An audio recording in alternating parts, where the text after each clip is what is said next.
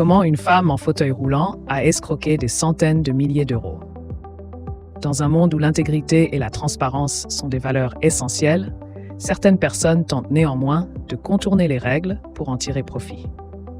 Une affaire récente a mis en lumière une fraude audacieuse impliquant une femme qui simulait un handicap afin de toucher des indemnités d'assurance. Grâce à l'intervention perspicace d'un détective privé, cette supercherie a été dévoilée, menant à une condamnation par le tribunal. Cette vidéo explore les détails de cette enquête captivante et les conséquences judiciaires qui en ont découlé, soulignant l'importance de la vigilance dans la lutte contre la fraude. Origine et développement de l'affaire. En 1983, une habitante de Carmaux, dans le Tarn, est victime d'un grave accident de la route qui lui cause de sévères blessures aux jambes. Elle obtient alors une indemnisation initiale dépassant les 100 000 euros. Entre 2018 et 2020, elle dépose plusieurs demandes supplémentaires pour aggravation de son état de santé, cumulant environ 90 000 euros en plus. Cependant, des soupçons émergent en 2017 quant à la légitimité de ces réclamations. Enquête et découverte de la supercherie.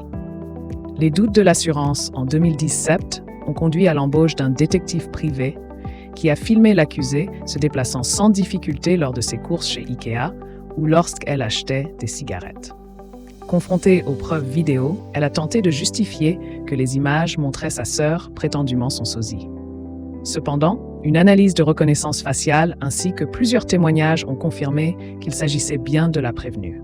Ces éléments accablants ont été déterminants pour établir la tentative d'escroquerie. Procès et verdict final. Absente à son procès pour des raisons médicales, l'accusée a été jugée coupable de tentative d'escroquerie par le tribunal d'Albi. La Cour a prononcé une peine de 8 mois de prison avec sursis, ainsi qu'une amende de 20 000 euros, dont 15 000 avec sursis. Au-delà des conséquences judiciaires de cette affaire, elle soulève également des questions éthiques sur l'impact de la fraude à l'assurance sur l'ensemble de la société.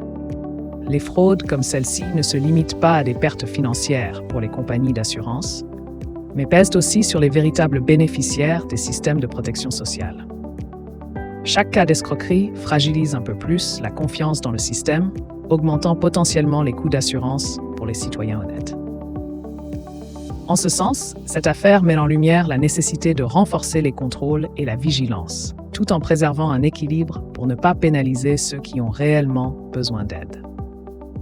Le verdict rappelle également que des actes isolés de fraude peuvent avoir des répercussions à grande échelle, influençant la perception publique et les politiques en matière de couverture sociale.